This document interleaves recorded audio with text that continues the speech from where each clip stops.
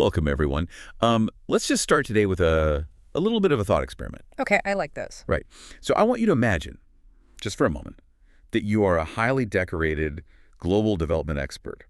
You've got the advanced degrees from the Ivy League.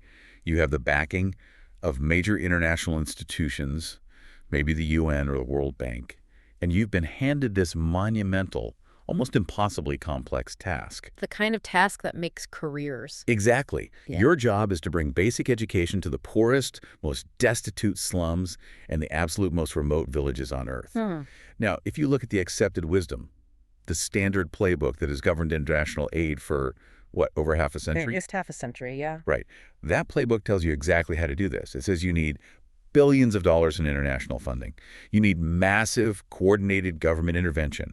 You need top-down infrastructure to build public schools, train legions of teachers, supply materials.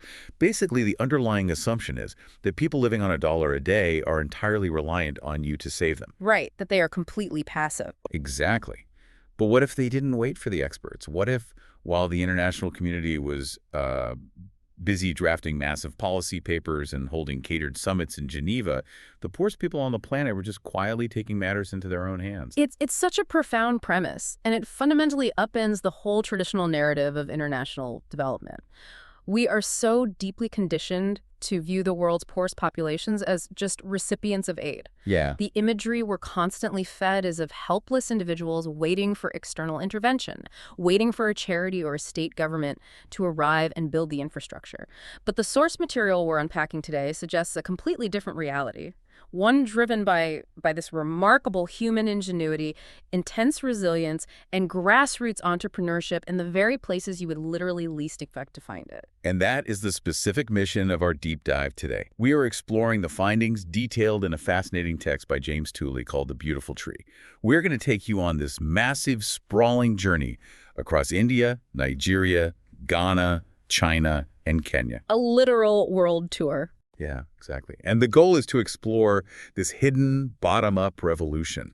We're looking at how some of the world's most impoverished people are independently educating themselves through a vast, largely unrecognized network of low-cost private schools. And perhaps even more surprisingly, we're going to examine the psychology and the bureaucracy of why the global experts, the very people tasked with solving the global education crisis, seem to be completely ignoring them. Now, before we really get into the weeds of Tooley's journey, I think it is vital to lay some groundwork regarding the nature of our source material.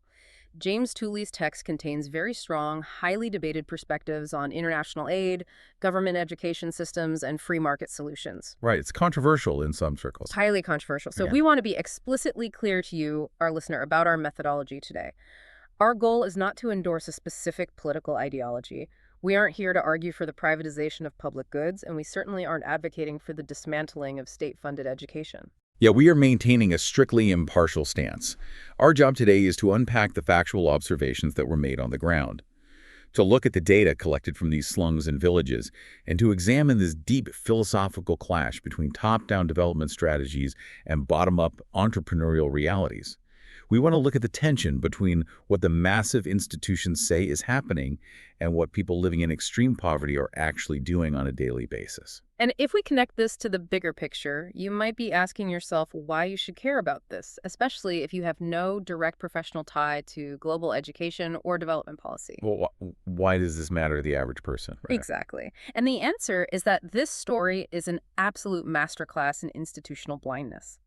It is an incredible case study in how easily powerful, well-funded organizations, whether they are in government, the tech sector, or corporate business, can become entirely disconnected from grassroots realities simply because those realities don't fit their pre-existing models.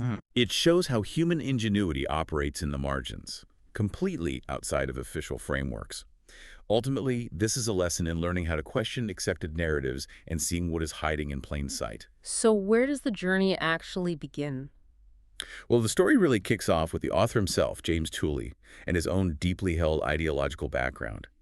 As a young man, he completely bought into the accepted wisdom of state-led development.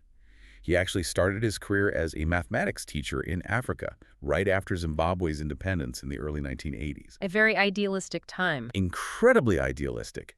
He was driven by this intense desire to help build a new socialist society through public education.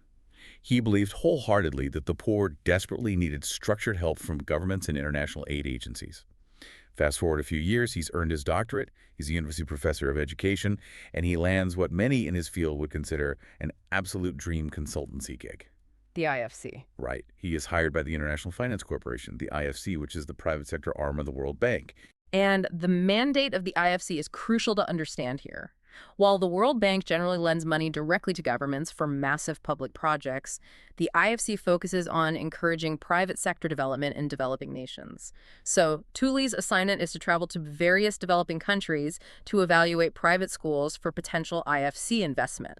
But there's a massive catch here. Right. The IFC is only looking at elite private schools. They are looking for high-tech, highly resourced schools serving the middle classes and the wealthy elites in these developing nations. And the contrast he experiences doing this is just incredibly jarring. Let's set the scene, because it perfectly encapsulates the disconnect of the global elite. It's January of 2000. He flies out of New York on the Concorde. The Concorde! You can't get more elite than that. I know. He is literally cruising at twice the speed of sound, sipping champagne, eating caviar, sitting in the exact same cabin as Mike Tyson and George Michael. That is a surreal image. It really is. So he lands in India, in the city of Hyderabad, and the World Bank puts him up in this unbelievably luxurious five-star hotel in the wealthy Banjara Hills district. By day, he's being chauffeured around in an air-conditioned car to evaluate these high-tech, elite private colleges with immaculate sweeping campuses. But by night? By night, he's looking out the window of his luxury suite at the street children begging right outside his hotel, and he just starts to feel like an absolute fraud.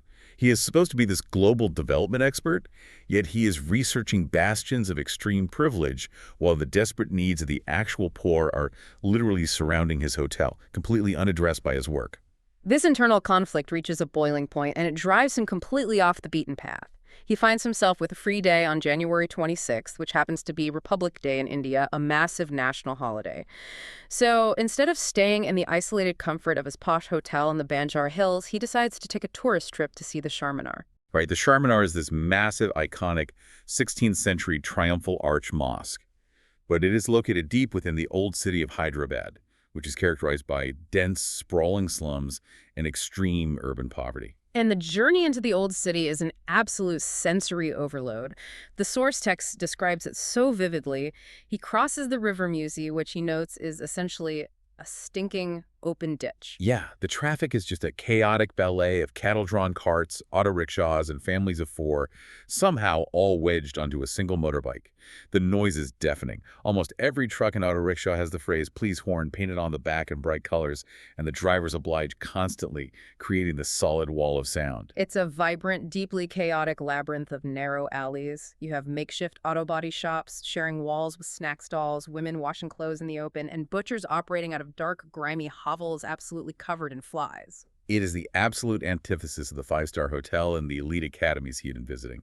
But as he wanders deeper into this environment of extreme poverty, he notices something that completely shatters his preconceived notions about development and education. He starts seeing hand-painted signs for private schools. In the middle of the slum. Right in the middle. And they aren't just one or two anomalous signs. They are everywhere. They are nestled right among the butchers and the mechanics in the absolute poorest areas of the city. He is completely bewildered because no official he has spoken to in India, and certainly no one at the World Bank, has ever mentioned the existence of private schools for the destitute. Because according to the accepted wisdom, they shouldn't exist. Exactly.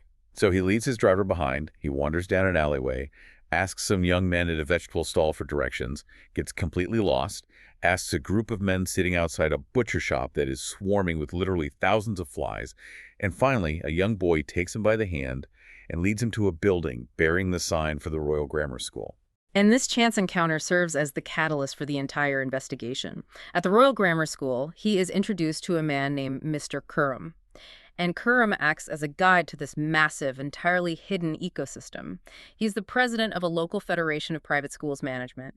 And this federation isn't a small club. It boasts a membership of over 500 private schools, all of them strictly serving low-income families in the slums of Hyderabad. 500 schools in just one federation. Tooley is so captivated that he completely abandons his luxurious IFC itinerary and spends the next 10 days intensely touring these slum schools.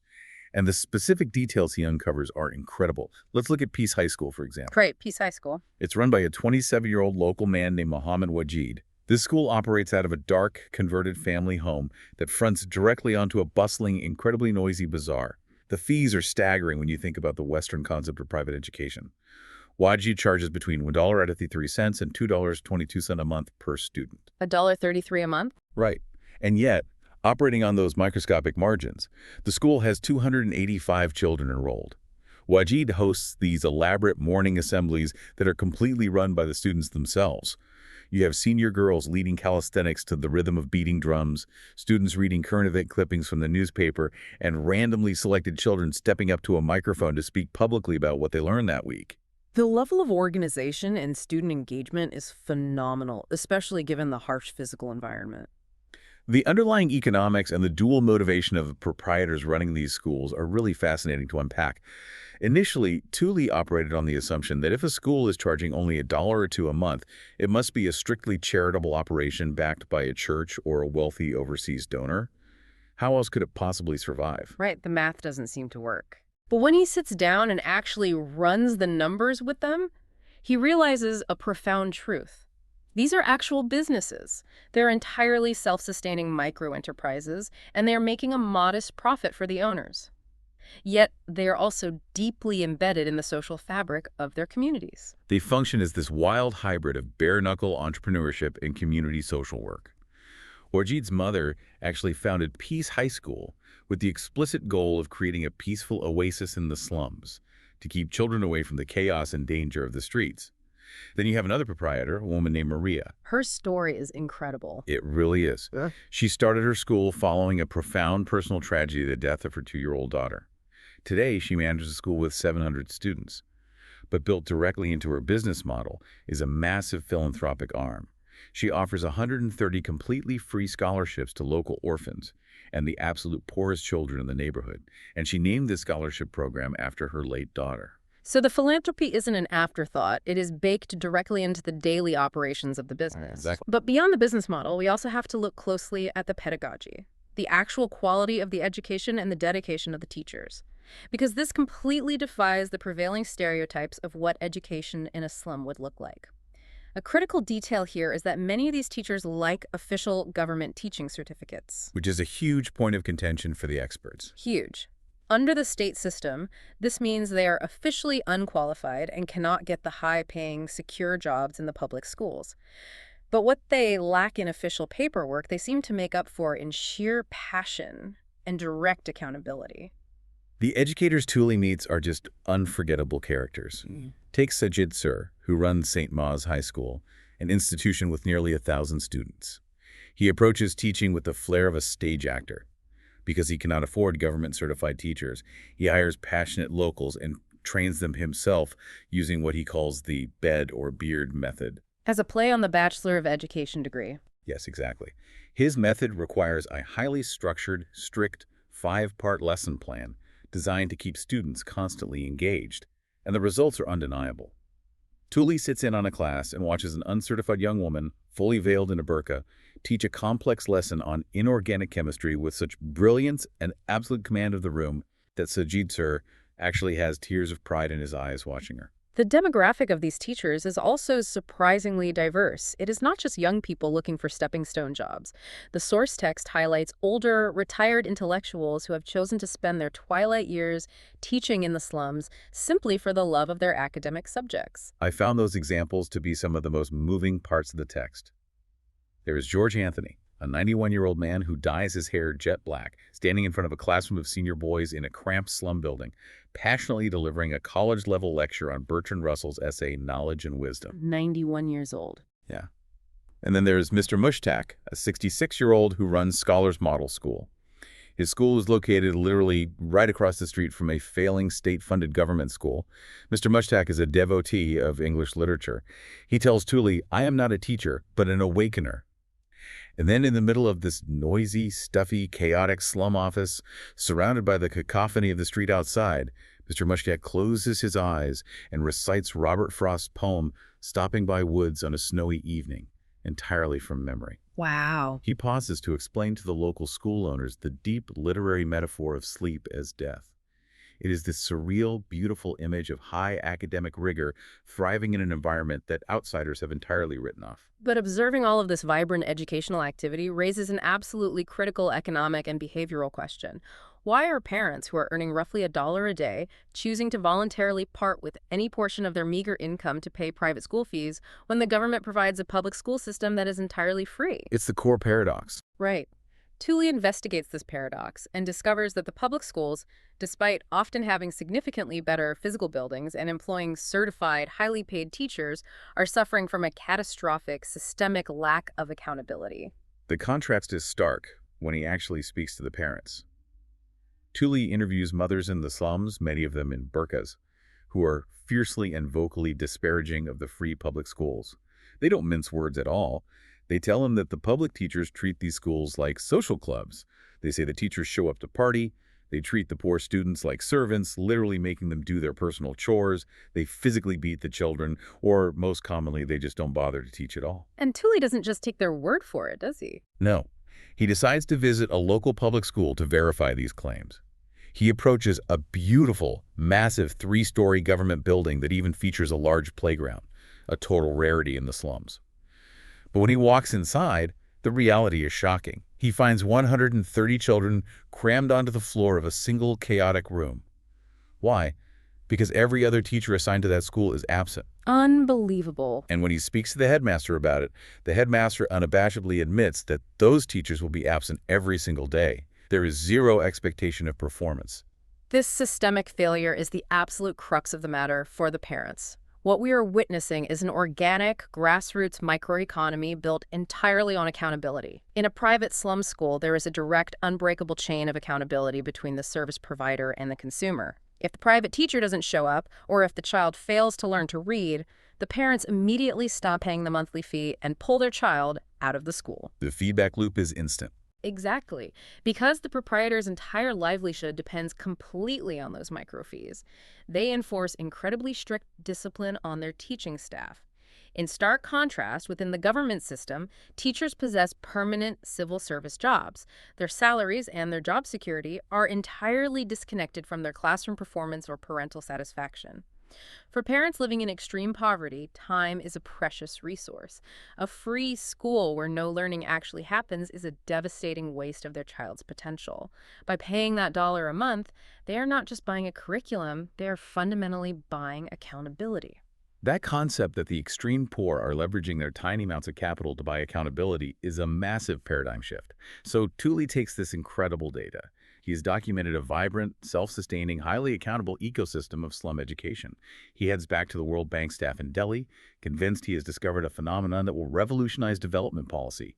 He assumes he has found the Holy Grail, a sustainable, locally driven solution to poverty. He thinks they're going to throw a parade for him. Exactly. He presents his findings, fully expecting the international experts to be absolutely thrilled. And the reaction he receives is the exact opposite of what he anticipated. The experts are not just indifferent, they are utterly and aggressively dismissive. I would assume an institution like the World Bank, whose entire mandate is to alleviate poverty, would be eagerly looking for alternative models. How exactly did they push back against empirical data from the ground? I mean, he was just there. The pushback is largely ideological and fierce. One prominent World Bank staffer, a woman named Sajitha Bashir, actually launches into a tirade against these unrecognized private schools. She dismisses them categorically as sink schools. Her argument is that they are run by unscrupulous, predatory businessmen who are exploiting the ignorance of the poor to make a quick buck. So she assumes the parents are just being duped. Yes. She claims these schools suffered from shocking teacher turnover rates, that their uncertified teachers rely entirely on mindless rote cramming rather than critical thinking. And most importantly, from a policy perspective, she argues that they actively exacerbate inequality. The theory is that these private schools cream off the brightest students and the most engaged parents from the slums, leaving the public system hollowed out and even worse off. It is a fascinating argument. But it totally ignores the agency of the parents. It assumes they don't know what they're buying. But here is where the story gets deeply ironic. Tooley decides to dive into the official development literature to see if anyone else has studied this. He starts reading major, highly respected reports, like the POB report championed by Nobel laureate Amartya Sen and the Oxfam Education Report. The gold standards of development literature. Right. And buried deep inside the appendices and the dense text of these official reports are the exact staggering statistics Tooley is talking about. The massive institutions actually know this is happening. In urban areas, these reports estimate that a jaw-dropping 80% of the poor are actively using private schools. 80%. Yes, the PRBB report is particularly damning. Their researchers physically surveyed government schools across rural India. And what did they find? In exactly half of the government schools surveyed, there was absolutely zero teaching activity taking place at the time of the visit. In one-third of the schools, the principal was completely absent from the premises. The researchers documented government teachers showing up drunk, teachers forcing students to do their personal laundry, and teachers simply sleeping at their desks. The cognitive dissonance within these reports is astounding. You have the world's leading development experts meticulously documenting the massive scale of private school usage among the poor. You have them simultaneously documenting the catastrophic systemic failure and lack of accountability within the state-run schools. And yet, despite laying out this irrefutable data, the official conclusions and policy recommendations of these reports totally ignore the implications of their own findings. They've brushed past it. They do. The reports insist almost dogmatically that the only viable solution is to pour even more international and government funding into the failing public system. The phenomenon of self-funded private schools for the poor is treated as an annoying footnote, an anomaly that shouldn't exist. It is the ultimate 500-pound gorilla in the room. You have armies of PhDs acknowledging that poor parents are fleeing the system, acknowledging that the public schools are entirely dysfunctional, but concluding that the global community just needs to double down on the very system the poor are actively abandoning. I'm trying to wrap my head around how such smart people can ignore their own data. To understand this impartially, we must deeply examine the underlying philosophical and ideological clash at play here. For the vast majority of international development experts, basic education is fundamentally viewed as an inalienable human right. And within that ideological framework, a human right must be provided equally by the state to ensure a perfectly level playing field. So the provision is as important as the outcome. Exactly. From this perspective, a two-tier system where some poor parents manage to scrape together a few dollars for private schooling, while the absolute poorest of the poor are left languishing in failing public schools, is viewed as inherently morally unjust. Equality of provision is the paramount goal. Therefore, the existence of these private schools is interpreted not as a viable grassroots solution to a complex problem, but rather as an unfortunate, ugly symptom of state failure. It is a problem to be eradicated by improving the state, not a model to be supported. But for the parents on the ground, the philosophy is entirely different. They don't have the luxury of debating the macroeconomic theory of human rights in Geneva. For them, equality of a failing system is useless. Utility is what matters. They just want a school where the teacher actually shows up and their child learns to read. This is a profound example of institutional blindness. How often do we see this in our own lives? Whether in corporate business, in the tech sector, or in domestic public policy, you have an entire industry of experts ignoring a massive organic trend simply because it violently contradicts their pre-existing moral framework or their bureaucratic models. They literally could not compute that the poorest people on earth were acting as active, discerning consumers rather than helpless victims waiting for state aid. This phenomenon of institutional denial was not just an anomaly localized to the Indian subcontinent. As Tooley manages to secure funding from the John Templeton Foundation to expand his research globally, he travels to Africa. And it is here that the institutional denial transitions from bureaucratic stubbornness into something almost surreal. All right, let's look at Nigeria. Tooley is at a fancy academic conference in London, and he strikes up a conversation with a man named Dennis Okoro. Now, Okoro is not a low-level bureaucrat. He recently retired as the chief inspector of schools for the Nigerian federal government. He's the ultimate insider. Tooley mentions to him that he is planning a research trip to look for private schools in the sprawling slums of Lagos. And Okoro just flatly tells him he is wasting his time. He just denies it completely. He insists they do not exist. He states categorically that in Nigeria, private schools are strictly the domain of the ultra-wealthy elite. Now, Okoro is a highly educated man, so he rationalizes Tooley's claim as a simple semantic misunderstanding.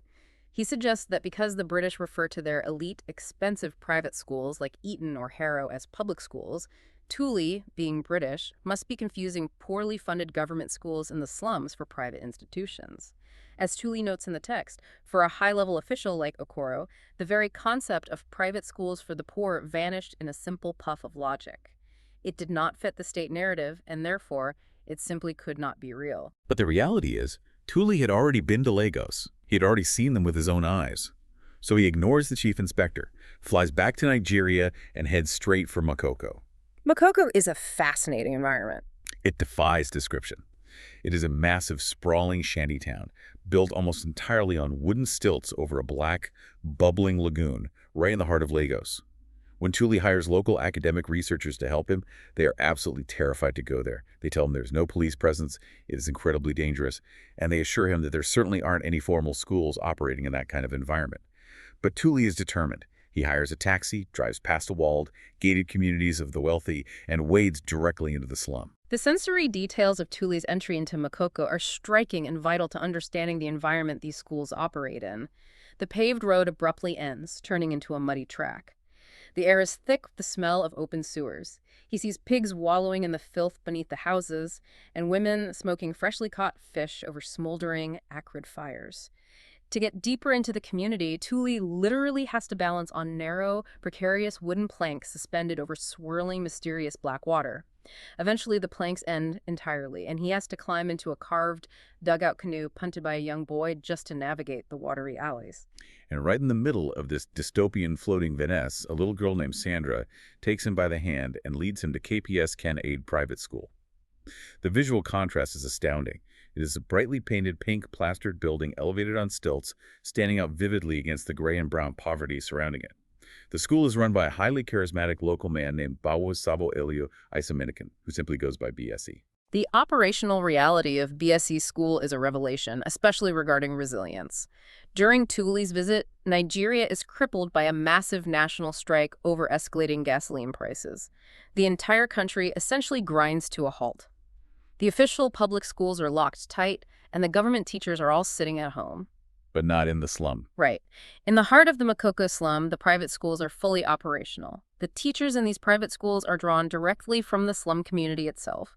They don't have to commute from middle-class suburbs, so they are in the classrooms, teaching, strike or no strike. BSE charges roughly $4 a month in tuition, but much like the schools in India, his business model includes deep community philanthropy.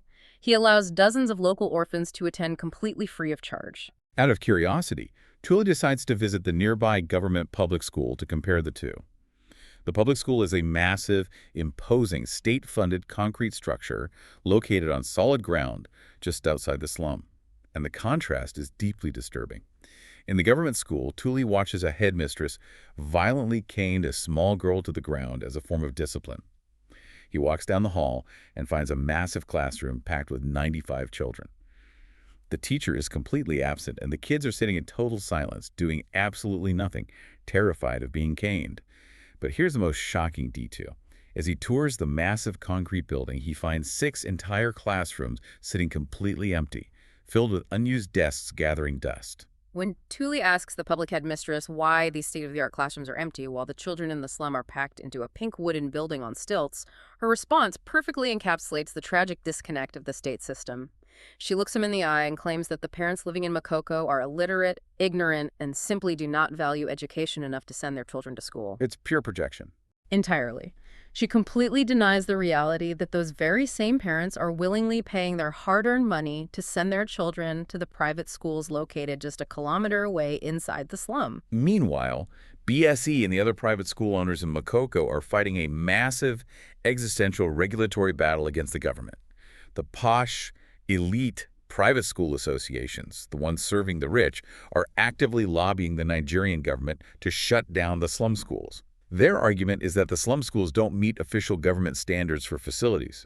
For example, the regulations demand that a recognized school must have a massive 1,000 square meter playground. Which is physically impossible. Right. It is a literally impossible demand for a school built on wooden stilts over a lagoon. BSE summarizes the absurdity of this top-down regulation with an incredible quote. He tells Tooley, when you have a headache, the solution is not to cut off the head. Meaning, if the schools need improvement, help them improve. Don't destroy the only functional education system the poor have. This deep dive into Makoko sets the stage for a remarkable and highly revealing reunion. Sometime later, Tooley returns to Makoko, accompanied by a BBC documentary film crew. And they invite Dennis Okoro, the former chief inspector who categorically claimed these schools did not exist, to come along and see for himself. They physically drag the former chief inspector of schools through the mud, Mm. over the precarious wooden planks, deep into the slum, right to the doorstep of Ken Aid Private School. He stands there and physically looks at the bright pink building. He watches the destitute children in their uniforms. He sees the parents handing over their hard-earned tuition fees. Huh. And you would logically think, faced with undeniable physical evidence, he would admit he was wrong. Right. But the psychological pivot he makes is fascinating. Instead of accepting a reality, he intellectually shifts the goalposts. He stands outside the pink school and gets into a debate with BSE. Okoro says, because you charge fees, this is not a private school for the poor. He argues from a position of rigid dogma that the term pro-poor strictly and exclusively means free.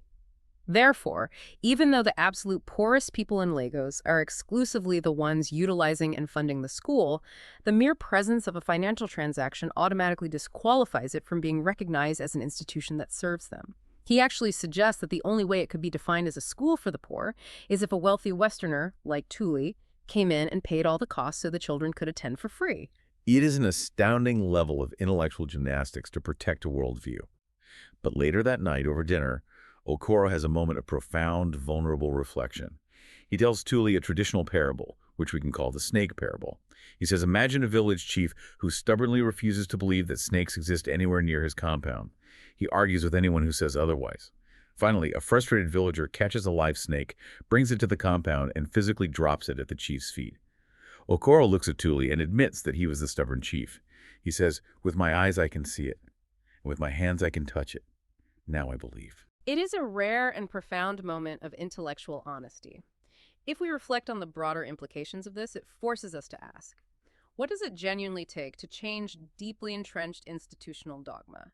In the world of policy, business, or science, we often assume that better data or clearer reports will change minds. But the snake parable suggests otherwise. Sometimes data is completely impotent against ideology. Sometimes you literally have to drag the expert out of their comfortable office through the mud and force them to physically touch the reality that violently contradicts their worldview before they will even begin to question their assumptions. It is a powerful lesson. Okay, so we have seen undeniable evidence of this phenomenon in the dense, chaotic urban slums of India and Nigeria. But the development experts sitting in London or Washington have a ready-made fallback argument. They say, fine, perhaps in a massive urban slum where hundreds of thousands of people are packed together, a microeconomy can support a few makeshift private schools. But that is an anomaly. It definitely does not happen in the remote rural areas. The rural poor are simply too destitute, too spread out, and too isolated to support fee-paying schools. So to test this specific skepticism, Tooley travels to Ghana. And immediately upon arriving in Ghana, he faces intense institutional resistance. He tries to hire local university researchers to help him locate rural private schools. But these researchers have spent years working on projects funded by massive international aid budgets. Consequently, they quote him exorbitant, highly inflated consulting rates. Furthermore, they outright refuse to travel to the poorest, most remote rural districts because they firmly assume, based on the accepted academic consensus, that no private schools could possibly exist there. But Tooley is nothing if not persistent. He rents a 4x4 vehicle and drives himself out along the rugged coast, far away from the capital, to remote, impoverished fishing villages, like a place called Borshianor in the Guide District. And despite everything the experts claimed, he finds the schools. They aren't in bright pink buildings here. They are hidden away in dense coconut groves, operating out of makeshift, incredibly fragile wooden structures and abandoned, unfinished concrete block foundations. To understand the economic choices being made in these remote villages, we have to look closely at the story of a young girl named Victoria. She is the daughter of a local fisherman in Borshianor, and her story is deeply illustrative of the decision-making process of the rural poor. Initially, Victoria's parents had enrolled her in a local private school called Supreme Academy, which was run by an educational entrepreneur named Theophilus Quay. But the fishing industry is volatile, and when her father's boat suffered a poor season and he lost income, they were forced to move Victoria to the completely free government public school to save money. And what happened to her education? It completely stagnated. Her father, who works incredibly grueling, physically demanding hours on a fishing boat just to survive, could literally sit on the porch of his house and watch the public school across the road. He watched the highly paid government teachers arriving hours late, casually reading newspapers on the veranda, and then locking up and going home at noon to drink beer. The children were left running riot in the schoolyard.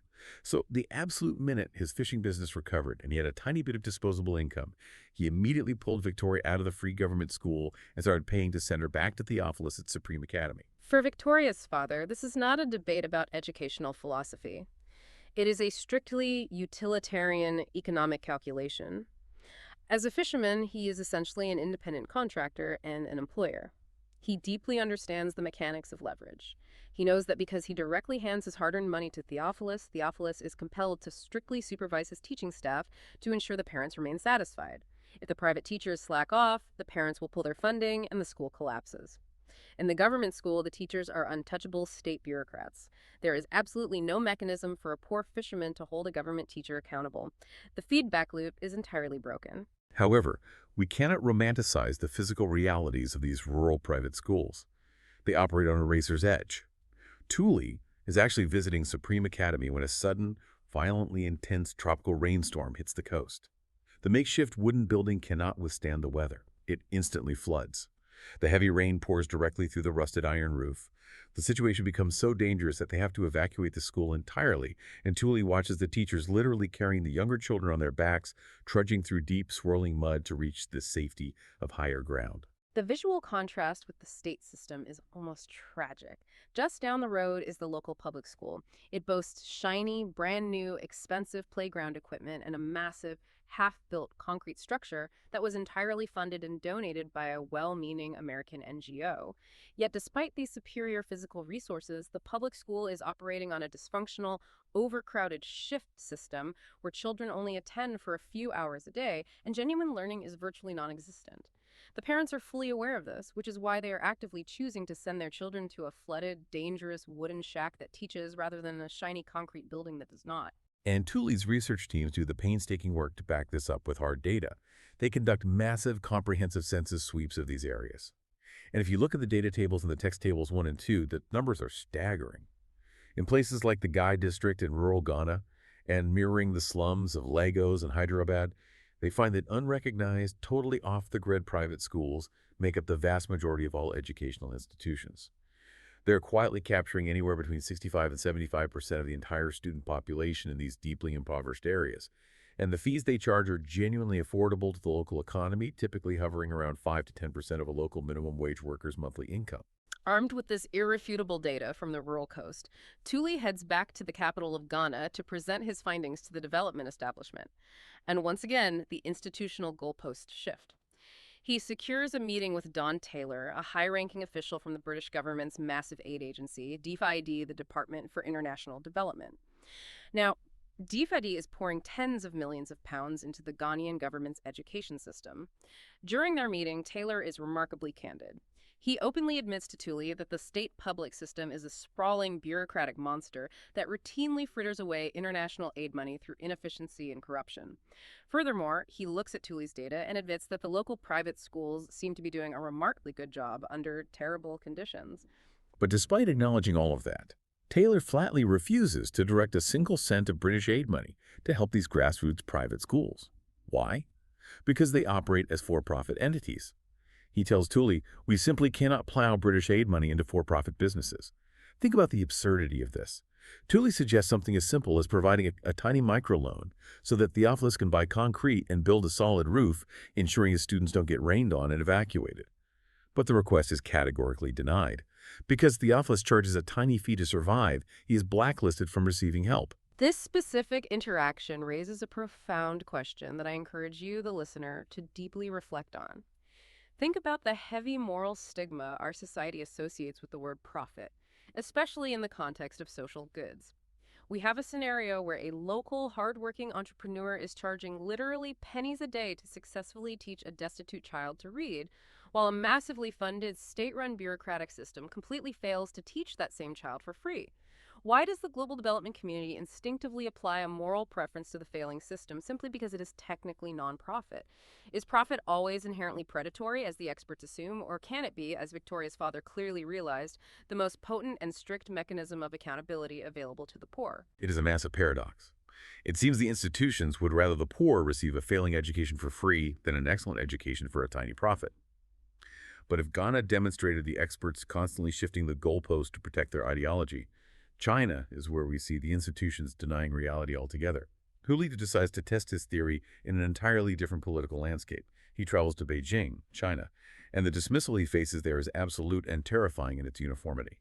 Chinese academic researchers and, surprisingly, the British DFID workers stationed in Beijing tell him point blank, rural Chinese peasants exclusively use state public schools. The concept of private schools for the poor simply does not exist in China. The context of DFID's involvement in China is crucial here. The British aid agency is heavily financially invested in the Chinese state system.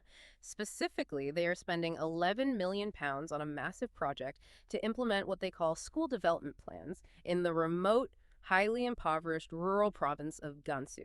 Now, a school development plan is essentially a dense, highly bureaucratic administrative document that lists long-term curriculum goals, theoretical IT requirements, and management frameworks.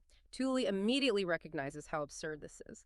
It is a wildly out-of-touch, paper-pushing priority for impoverished subsistence farmers living in freezing, remote, arid mountains who just need a teacher to show up. Because Cooley has learned not to trust the official narrative, he is incredibly stubborn.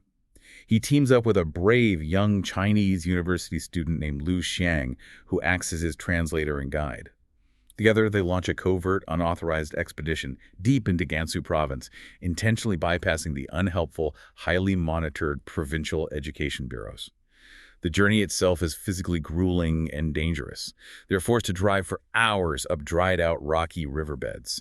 They hitch rides in the back of rattling, open-air, three-wheeled motorcycle trucks, navigating terrifying, unguarded mountain hairpin turns just to reach these incredibly isolated, high-altitude farming villages. And their persistence pays off.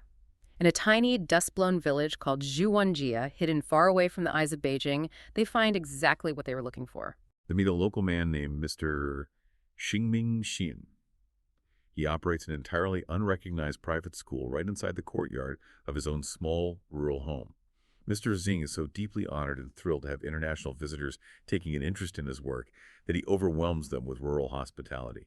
He insists Tooley and Sheng take off their shoes, forces them to sit on his kang, which is a traditional heated earthen bed, and feeds them a local delicacy called yu bin. Tooley describes it as an incredibly greasy, sharply bitter fried pastry that Mr. Xing is generously drenched in his family's own precious, highly valuable reserve of honey. It's a massive, humbling display of respect from someone with so little. During this meeting, Mr. Xing clearly and logically explains exactly why his courtyard school exists, and it comes down to sheer pragmatism. The nearest official state public school is located over an hour's difficult walk away across the mountains. In the harsh Gansu winters, deep snow makes the mountainous route completely impassable for small children. Furthermore, Mr. Xing reveals that the supposedly free public school actually extracted more money from parents through various hidden official and unofficial administrative fees than his private school charged in straight tuition. And finally, there was a profound safety concern. Parents were deeply fearful for the physical safety of their young daughters making that long, isolated trek across the mountains every day. The combination of geographic distance, hidden costs, and physical safety created a localized, urgent demand that Mr. Xing, as an entrepreneur, stepped up to meet. Tooley's research teams eventually spend weeks combing the mountains and officially document 586 of these hidden, unrecognized private schools operating in Gansu province alone. Armed with this massive, undeniable data set, Tooley travels back down in the capital city of the province to confront the authorities. He secures a meeting at the Provincial Education Bureau with a high-ranking official named Mr. Ming, and this meeting is absolutely chilling. Mr. Ming's response is not just denial, it is practically Orwellian in its logic. He calmly listens to Tooley's data, and then he dictates the official state truth. He tells Tooley that because the People's Republic of China, by constitutional definition, provides universal, high-quality basic education to all its citizens, the public education system inherently serves all the poor. Therefore, by definition, private schools serving the poor cannot exist. He literally tells Tooley to his face that researching these schools is a logical impossibility. What Mr. Ming has likely seen with his own eyes and what Tooley has proven with data simply cannot exist because the rigid state doctrine dictates that the problem of education was already solved by the Communist Party. And here is the detail that absolutely blew my mind. While Tooley is sitting in that very office, listening to Mr. Ming tell him these schools are a logical impossibility, Tooley looks up at a massive administrative map of the county pinned to the office wall. And on that exact map, someone in the bureaucracy has literally marked the locations of the private schools. The local bureaucrats know perfectly well that they exist. They've geographically mapped them. But ideologically, and specifically when speaking officially to an international researcher or an aid agency, they maintain the absolute fiction that they are a logical impossibility. What is truly fascinating here is the nature of bureaucratic truth and how international institutions become complicit in it. When a Western international aid agency, like Britain's DFID, interacts with a powerful authoritarian government like China, they often seek to collaborate on projects that are politically safe and non-confrontational. Implementing theoretical school development plans is a wonderful, non-threatening way to easily spend £11 million and show activity. Acknowledging the actual reality that the state apparatus is entirely failing to reach millions of remote farmers and that those impoverished peasants are actively birding their own rogue schools to compensate for the state's failure is highly politically dangerous. It threatens the narrative of both the Chinese state and the aid agency. So, the unspoken agreement is that the map stays on the wall, the aid money flows, but the truth of grassroots ingenuity is entirely denied by everyone in charge. So across India, Nigeria, Ghana, and China, we have seen situations where public schools are either abysmally failing, bogged down by hidden fees, or geographically inaccessible. But this leads to the ultimate policy question. What happens when a government actually gets it right? What happens when a massive, highly publicized, globally funded initiative is launched to make primary education completely, truly free for everyone? Does that finally kill off the need for these private slum schools? To find the definitive answer to that question, Tooley travels to Kenya. The context in Kenya is historically significant. In January 2003, the Kenyan government introduced a landmark policy called Free Primary Education, or FPE. It was globally celebrated as a monumental triumph of development policy. The international praise was deafening. Bill Clinton famously went on global television and stated that the Kenyan president had positively affected more lives than any other living politician on earth. Gordon Brown, the British chancellor at the time, flew to Kenya and championed the FPE policy as the ultimate, shining example of what international aid and government intervention could achieve. The narrative was so dominant that even local, prominent free market advocates in Kenya, like a think tank expert named James Tooley, initially assured Tooley that while private slum schools might have existed in the past, the new FPE policy had entirely wiped them out. But Tooley, trusting his instincts, takes a walk into Kibera. For context, Kibera is the largest, most densely populated urban slum in all of Africa, located right in Nairobi. And almost immediately, he finds dozens of them. He walks into a bustling private school called Makina Baptist Primary School, run by a dedicated woman named Jane Yavetsi. Now, Tooley interviews Jane and the other proprietors, and he learns that the implementation of the free primary education policy did, in fact, create a massive systemic economic shock. When education abruptly became officially free across the country, public school enrollment predictably skyrocketed overnight. Millions of children who had previously been out of school or in private schools flooded into the state system. The private schools in the slums, like Jane's Makina Baptist, initially lost a huge percentage of their student body and faced immediate financial ruin. But then, just a few months later, an incredible conundrum unfolded. Slowly at first, and then in a wave, the absolute poorest parents in Kibera started pulling their children out of the highly celebrated, completely free public schools and started bringing them back to the fee-paying private schools in this slum, willingly handing over their scarce dollars once again. Why? Because the free state system completely collapsed under its own bureaucratic weight. This is a classic catastrophic economic supply and demand shock. The government, urged on by international advisors, dropped the price of the service to absolute zero. But they did so without drastically, simultaneously increasing the supply of quality teachers, physical classrooms, and educational materials. The inevitable result of artificially spiking demand without increasing supply is massive rationing and a total collapse in the quality of the service. Almost overnight, class sizes in the Kenyan public schools swelled to absurd levels, often over 100 or even 120 children crammed into a single room. The government teachers, who were already struggling, were completely overwhelmed by the surge and couldn't possibly cope. Genuine learning plummeted to near zero. The bottom line truth that these impoverished parents realized is profound and deeply rational. Free is simply too expensive if your child learns absolutely nothing. The parents in Kibera quickly recognized that the payment of a fee, no matter how small, was a binding contract of accountability. It bought them essential leverage. If a government public school teacher decides to go on strike or simply sits at their desk reading a newspaper while 120 children riot in the classroom, The poor parent has absolutely no recourse. They cannot fire a state employee. But if Jane's private teacher starts slacking off, the parent simply walks away, taking their money with them, and the school goes out of business. The fee is the only power the poor have. This Kenyan example forces us to critically consider the severe unintended consequences of top-down macro policy.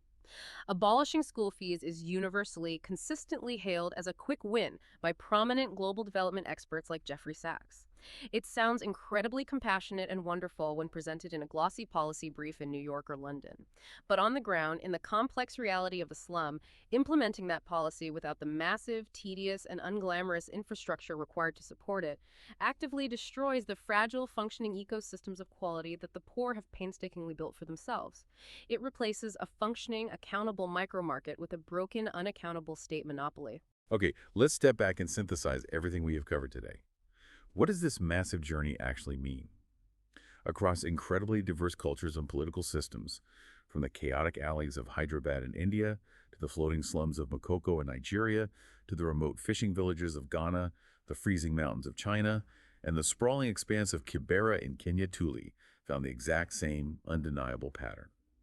Deep in the margins, completely hidden from official data and actively denied by the experts, private schools for the poorest of the poor are ubiquitous. They're entirely self-funded by parents earning literally pennies a day. They operate with brutal, effective accountability. They're run by brilliant local entrepreneurs who simultaneously act as community philanthropists. And despite operating in makeshift wooden shacks or crowded courtyards, they routinely, consistently outperform the massively funded state public schools. And we must reiterate, to maintain our impartial analytical stance. The takeaway of this deep dive is not a simplistic argument that public education shouldn't exist, or that governments and international aid agencies shouldn't fund schools. Rather, this is about highlighting a profound systemic institutional blind spot. This research proves definitively that the poorest people on Earth are not the helpless, passive victims waiting for top-down salvation that the development industry portrays them to be. They are highly active consumers, discerning and demanding parents, and incredibly resilient builders of their own community infrastructure. So to you, our listener, I want you to think critically about how information is filtered before it ever reaches your ears. The accepted wisdom on global poverty, on education, on what the developing world needs is almost entirely curated and distributed by massive, powerful institutions, state governments, and multi-billion-dollar aid agencies. But this story proves, without a doubt, that the reality operating on the ground is often far more complex, infinitely more resilient, and incredibly more entrepreneurial than the official top-down narratives will ever suggest. And this raises a final, highly provocative question for you to mull over as we conclude. If the absolute poorest, most marginalized, and most forgotten communities in the world are organically relying on decentralized, locally funded, market-driven networks to bypass completely failing institutional monopolies, are we perhaps looking at the future of civic infrastructure? As massive traditional institutions struggle globally with a loss of public trust, immense bureaucratic bloat, and a failure of basic efficiency, might the slums actually be pioneering the future of how we build and manage community-driven public goods? It is a wild, paradigm-shifting thought to leave you with. Thank you for joining us on this extensive deep dive. We hope it challenged your assumptions. Stay curious, always remember to question the accepted wisdom, and keep exploring the fascinating, hidden, and incredibly resilient ways that human beings manage to solve their own problems. Until next time.